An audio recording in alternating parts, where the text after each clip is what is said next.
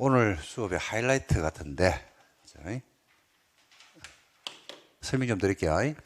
자, 한번 보실래요?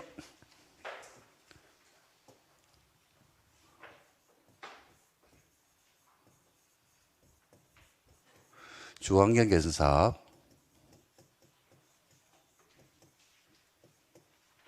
재개발, 재건축. 인데 세 가지 사업에서 토지 등 소유자가 달라요.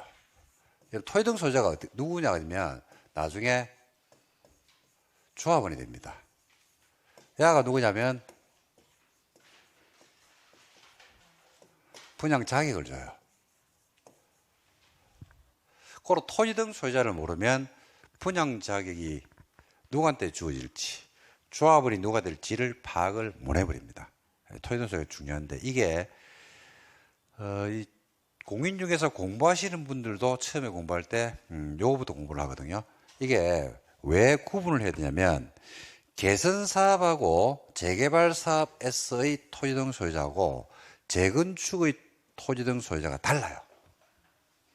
다르니까 조합원이 다르죠. 다르니까 이게 다르겠죠. 자, 좀 전에 아까 물건 하나 예시를 들었죠. 재건축 뭐라고 했어? 재건축이라고 했잖아. 재건축인데 뭐만 경매로 나와서 토지만 분양 자격이 없거든요. 그거는.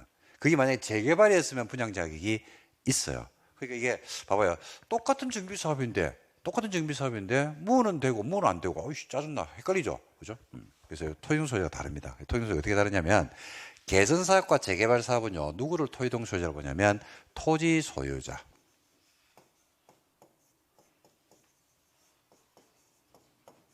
또는 OR입니다. 건물 소유자, 또는 그 지상권자를 토지 등 소유자, 조합원으로 합니다. 연결고리가 뭐로 연결되냐면 OR로 되어 있죠. OR, 엔드가 아닙니다. 그러니까 각각각이 토지 등 소유자가 될 수가 있어요. 각각 토지 등 소유자가 될 수 있습니다. 각각. 근데 재건축은요, 누구가 토지 등 소유냐면, 재건축은 건물 및 그 부속 토지의 소유자입니다. 야가 토지 등 소유자입니다. 토지 등 소유자 개념이 달라요. 그 조합원이 다릅니다. 즉 분양 자격이 다르다는 이야기죠. 자, 하나하나 분석을 일단 하고 먼저 차이점부터 보고 좀 세부적인 내용으로 제가 들어가도록 하겠습니다. 자, 여기는 좀 재건축을 보니까 건물 밑이죠. 밑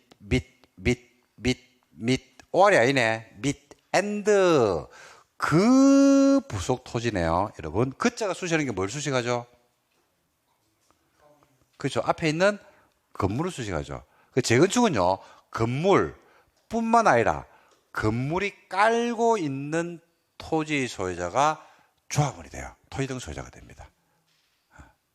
근데 여기는 OR 각각각이죠. 그러니까 토지 등 소유가 다르단 말입니다. 그러니까 아까 우리가 봤던 물건이 41.7평이었죠. 재건축이었죠. 뭐만 나왔어? 토지만 나왔지. 토지만 나왔으면 그게 만약 재개발했어. 그럼 그 양반은 분양 자격이 있어요. 그 토지는 8억이 아니고요. 8억의 감정가가 나왔는데 실제 낙찰될 때는 제가 볼 때는 20억은 될 겁니다. 아마 40평이니까. 평수가 엄청 넓거든. 그게 40평이면 재개발지 40평이면 작은 평수가 아니거든요. 20억은 돼야 돼요. 그게 사당이면. 근데 재건축이다 보니까 그게 8억에 낙찰된 거예요. 아까 거로. 재건축에서는 누가 토지 등 소유자면 둘 다를 가져야 돼요. 어렵게 생각하지 마세요. 재건축은 뭘 가져야 된다?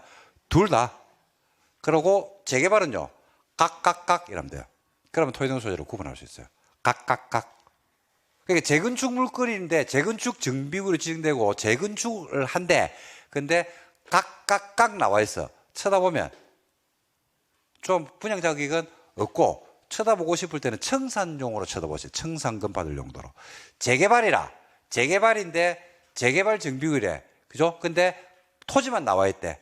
재개발은 누가 조합원이 돼요? 각각. 아무거나 한 개씩 있으면 돼요. 이렇게 해서 구분해 주시면 돼요. 그래서 딱 여러분들이 구분할 때 이렇게 구분하시면 돼요. 이거는 공인중개사 공부를 하든 안 하든 상관없이 그냥 상식적으로 개선사업과 재개발사업은 누가 조합원이 된다? 각각. 재건축은요? 둘 다. 근데 재건축은 이제 대부분 90%가 아파트잖아요. 그죠? 아파트는 둘 다 가지고 있어, 안 가지고 있어? 다 가지고 있죠? 여러분, 아파트 보면, 등기부등본대 보면, 표제부에 보면, 대지 지분이 있죠? 13만 2,321분에 368 이렇게 나오잖아. 그리고 건물 등기부에 가보면, 전유부분에 대한 등기가 돼 있어, 안 돼 있어? 돼 있죠? 그러니까 둘 다 돼 있다니까요. 이게 재건축은 별로 물건이 안 복잡해요. 어디 물건이 복잡할까요? 재개발이 복잡합니다. 재개발이. 그래서 실제 공인중개사 하시는 분들도 재건축은 실력 차이가 별로 안 나요. 근데 재개발은 공인중개사 중에서도 실력 차이가 확 벌어집니다. 잘못 알고 있는 분들도 엄청 많습니다. 재개발지에 가보면 공인중개사 만나보면 막 모르는 사람들 엄청 많습니다. 재건축은 실력 차이 별로 안 납니다. 근데 재개발은 중개하시는 분들도 그렇고 이걸 제대로 하는 분들이 물건 분석을 제대로 한다든지 이걸 잘 모르는 분들이 의외로 많습니다. 전문가들이 별로 없어요. 재개발은. 그리고 물건이 복잡해. 재개발은 정말로 복잡해. 그래서 그 설명을 드릴 겁니다. 그래서 일단 토지등 소유자가 이런 차이가 있다는 사실을 아셔야 됩니다. 자, 그럼 질문 들어갑니다. 하나하나 분석해 볼게요. 자, 재개발에서는 나대지를 가지고 있어요. 나대지면 토지등 나대지입니다. 나대지니까 토지등 소유자 될 수 있다, 없다? 있다. 조합원이 될 수 있다. 분양 자격이 있다. 재건축에서 나대지는 토지등 소유자 다 아니다. 재건축은 토지등 소유자가 아니다. 왜 아닌데라니까 그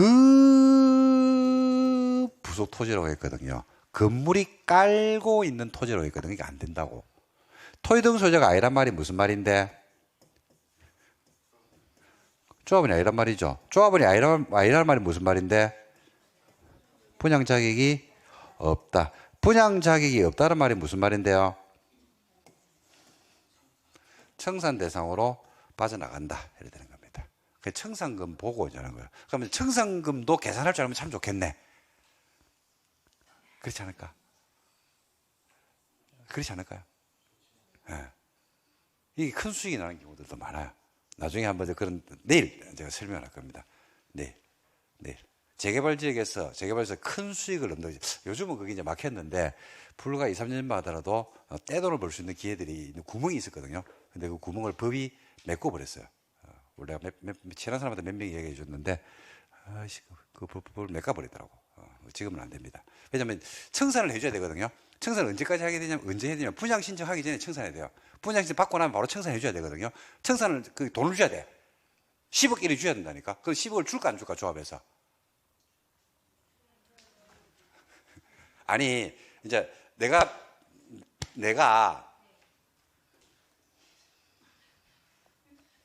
오늘 목이 많이 메이네요. 제가 청산금이 20억이라니까. 내가 이제 분양 신청을 안 했어. 난 분양 자격이 있는데 안 했어. 내 이제 분양 자격이 없어. 근데 감정해보니까 20억 정도가 나왔어. 그럼 20억을 언제 받는 게 원칙이냐면요. 이제 정비사업 절차가 쭉 이래 있거든요. 정비사업은요, 정비기본계획 만들고, 정비계획 만들고, 정비후 지정하고, 추진을 만들고, 조합 만들고, 사업시행 만들고, 인가 받고, 그 다음에 분양 신청을 받아가지고, 관리처분계획 만들어가, 철거해가지고, 아파트 지어가지고, 소유권 넘겨주고, 청산하고 끝내버리거든요. 이런 절차로 쭉 이래 진행이 돼요. 그리고 시간이 지나면서 가격은 계속 우상향하면서 올라갑니다. 재개발, 재건축 지역은. 근데 청산금을 언제 주는 게 원칙이냐면요. 분양 신청을 받거든요. 그냥 분양 신청을 하는 사람도 있고 안 하는 사람이 있겠지. 분양 신청을 안 하잖아. 그죠? 그러면 조합원에서 빠져나갈 거 아닙니까? 그때 청산금을 줘야 돼요. 줘야 돼. 20억을 줘야 된다고. 근데 그때 줄까 안 줄까? 안 줍니다. 돈이 없어요. 조합이 어디 무슨 돈이 있어요? 조합이 여러분 정비사업은 돈 많이 들어가 안 들어가? 조합이 정비사업을 하면 돈이 많이 들어갈까요? 많이 안 들어갈까요? 많이 들어가겠죠. 천문학적 수준의 돈이 들어갑니다. 그러면 그 돈을 누가 내놔야 돼? 에? 조합원들이 돈을 내놔야 된다. 이렇게 주문했어. 그 조합원들에게 우리가 정비사업을 해서 진짜 명품 아파트를 만들 거니까 지금 경비를 써야 되니까 경비 쓸 때가 되게 많잖아. 그래서 조합은 돈을 좀 주세요. 2천만 원만 주세요. 안 준다고. 조합원이고 좋은 아파트를 살고는 싶은데 돈 쓸 데가 엄청 많거든요. 돈을 달니까 돈을 안 주는 거예요. 조합원들이 돈을 안 내나. 안 내나. 그럼 그 돈이 어디서 나와? 빌려야지. 빌려야지. 누구한테? 은행? 시공사한테 돈을 빌린다고요. 통상적으로. 그 청산 하는 사람들 20억을 줘야 되는데 그 20억을 줄 만큼의 여력이 안 돼요. 실제로. 그래서 안 줘. 못 줘. 안 주는 게 아니고. 그게 언제 주냐면 일반 분양해서 돈 들어오고 막 이래 해가지고 사업 끝내거나 주거든요. 근데 그 기간이 한 4, 5년이 된다고. 근데 그게 법원에서 판결이 어떻게 나냐면요. 그거는 원래 분양 신청 끝나고 나서 분양 신청 안 했잖아. 그때 줘야 되는데 내가 20억을 갖다가 20억을 2018년에 받아야 되는데 2018년에 못 받는 거지. 그래서 아파트가 지어지고 소유권 넘겨주고 청산 끝나는 게 2023인 거지. 이때 사업이 끝난 거야. 그럼 돈 언제 줄까? 2023에 준다니까요. 그죠? 그러면 얼마를 줘야 돼, 내한테? 그렇지. 20억을 받는 게 아니야. 20억 플러스 이자를 받아야 돼. 이자가 얼마인 줄 압니까? 그게 25%야, 25%. 그걸 몰라, 사람들이. 지금 법이 바뀌었어. 그 구멍이 있었거든요. 그게 지금 15%로 조정했어요. 그거 지금은 다 줘. 그래서 어떻게 투자를 갖다가 옛날에 이제 하는 분들이 있었냐면 재개발 지역에 5층짜리 상가를 사는 겁니다. 5층짜리. 물건을 큰 걸 사요. 그러니까 5층짜리 상가를 가진 사람은 기분 좋을까? 재개발 한다 그러면 기분 좋을까, 안 좋을까? 빨리 좀 이야기하고 6시 맞춰야 되거든요. 기분 안 좋죠? 나는 5층짜리 상가를 가지고 있어. 월세가 한 달에 한 1,000만 원 계속 따박따박 들어온다고. 근데 재개발한대. 기분 되게 안 좋아. 그리고 재개발하고 나면 나한테 뭐 주는데? 아파트 한 개 줄까, 아이가 그냥? 아니면 상가 하나 주겠지, 뭐. 근데 난 지금 현재 월수가 1,000이라니까? 근데 죽을 때까지 먹고 사는데 지장이 없었거든요. 근데 재개발해서 싹 밀어버리는 거야. 기분 되게 안 좋다고. 그래서 팔고 나가는 경우들이 있어요. 싸게 비싸게. 싸게. 아파트 하나밖에 못 받기 때문에 싸게 준다니까요. 그 던집힌다고. 그걸 갖다가 사가지고 분양신청 안 해버리는 겁니다. 기다리는 거죠. 김매물권으로 나오는 경우들도 있고 막 그래요. 안 합니다. 안 하고 기다리는 거지. 그러니까 조합에서 알아 몰라. 이게 조합에서 신경도 안 쓴다니까. 왜? 조합에 있는 조합장에 있는 사람들이 그렇게 열심히 일을 하고 그렇게 많이 하는 게 아니거든. 그 전문가들은 고래가지고 그냥 가만히 기다립니다. 돈 안 받아야 되니까 일하고 다 끊어피고 철도 전화 같은 거 안 받고 가만히 있는 겁니다. 4, 5년을 지나고 나서 법원에 청구를 하는 거예요. 돈 내놔라. 그 법원에서는 법적으로 판단해야 될 거 아닙니까? 청구금 얼마? 20억 플러스 이자. 그 조합에서 바로 와가지고 꼬란 잡힙니다. 합의하자 이러죠. 그러면 이제 청산금에 대한 지연이자만 해도 거의 2배거든요. 그러면 이제 합의를 봐주는 쪽으로 해가지고 좀 금액을 깎아주고 뭐 등등 해가지고 받고 이렇게 합니다. 그래서 그 물건이 크면 클수록 좋아요. 100억짜리면 더 좋아요. 그런 것들은. 목적이 이제 아파트 100억짜리도 아파트 한 개 아이가. 그렇잖아. 3평짜리도 아파트 몇 개야? 100억짜리도 한 개. 그래서 사람들이 쳐다봐 안 쳐다봐? 안 쳐다본다니까요. 그런 것들을 갖다 투자를 해서 수익을 내. 근데 그게 이제 한 4년 전인가 법이 메꾸어졌어요. 판례가 나오고 그것 때문에 막 조합에서 나중에 청산할 때 원래 청산할 때 금액이 조합원들에게 돌려줄 수 있는 금액 이익이 이만큼 났다 했거든요. 근데 그런 것 때문에 이익이 팍 줄어버린 거예요. 그래가지고 그런 경우도 있습니다. 그래서 그런 것들을 알면 이제 그 투자를 갖다 제대로 할 수 있다는 이야기인데 요거 처음에 출발이 이거예요, 이거. 그래서 여기서 개념을 잡을 거는 재개발 지역에서는 누가 조합을 합니다? 각. 재건축은 둘 다. 이렇게 알고 계시면 됩니다. 이게 출발입니다. 자, 그럼 질문. 토지를 가지고 있으면, 재개발에서는 토지를 가지고 있으면 돼요, 안 돼요? 돼요. 그죠? 그죠? 내가 재개발 지역에 1제곱미터를 가지고 있어. 그럼 난 토지 소유자입니까, 아닙니까? 맞죠? 그럼 분양자기 놓은다, 안 놓은다? 안 놓습니다. 안 나와요. 1제곱미터는 안 나와요. 갑자기 기분 안 좋은 표정인데. 그럼 10은요? 10제곱미터는 넣을까, 안 넣을까? 10제곱미터는 넣을까, 안 넣을까? 안 넣습니다. 일정 면적이 돼야 돼요. 일정 면적. 그러니까, 재개발 지역에, 그래, 토지만 가지면 된다고, 오케이! 이래가지고 토지를 샀는데 50제곱미터를 산 거지. 안 나와, 그거는. 안 나와. 일정 면적이 돼야 돼요. 그게 각 지방 자치단체별로 다 달라 이게. 그걸 알아야 되고. 두 번째, 건물을 가지고 있으면 돼, 안 돼? 돼요. 건물 있으면 돼. 근데 내가 가지고 있는 건물이 재개발 지역인데 무허가 건물이야, 무허가 건물. 무허가 건물은 줄까 안 줄까? 그렇죠. 주는 경우도 있고 안 주는 경우도 있고. 그 무허가 건물이 언제 있었느냐? 기존 무허가 건물이냐, 신발생 무허가 건물이냐에 따라서 달라요. 이것도 지자체마다 다 달라. 그래서 이제 그 내용들을 아셔야 돼요. 그게 이제 핵심이거든요. 그래서 아까 제가 이런 말씀을 드렸죠. 재개발지에 가보면 공인중개사분들도 있는데 실력 차이가 많이 난다고 했죠. 그런 것들에 대한 정확한 물건 분석을 하는 사람이 있고 못 하는 분들이 있거든요. 그래서 그래요. 예를 들어서 내가 50을 가지고 있어. 50을 가지고 있거든요. 근데 50은 만약에 이제 면적의 미달래가 안 되잖아. 그죠? 그럴 수 있잖아요. 그죠? 그런데 이 서울은요, 미리 말씀드린 서울은 90이거든요. 90제곱미터 이상을 가져야 돼. 얼마나 가져야 된다고요? 90. 그럼 분양자격이요. 89는 안 줘. 그럼 얘는 80 가지고 있어. 어떻게 할래? 예? 그죠? 80을 가지고 있는 사람이 팔아빈다니까요. 비싸게 싸게. 80은 분양자격이 없는데 뭘 비싸게 팔아? 싸게. 그럼 싸게 샀지. 그러면 20제곱미터 가진 사람이 또 팔까 안 팔까? 내가 80을 샀잖아. 90 이상을 가지면 되잖아. 그럼 20제곱미터 가진 사람이 또 팔까 안 팔까?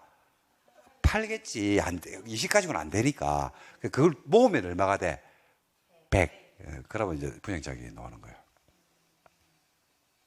숫자를 알아라는 게 그 숫자 가지고 머리를 써야 된다고. 이걸 어떻게 활용할 것인지를.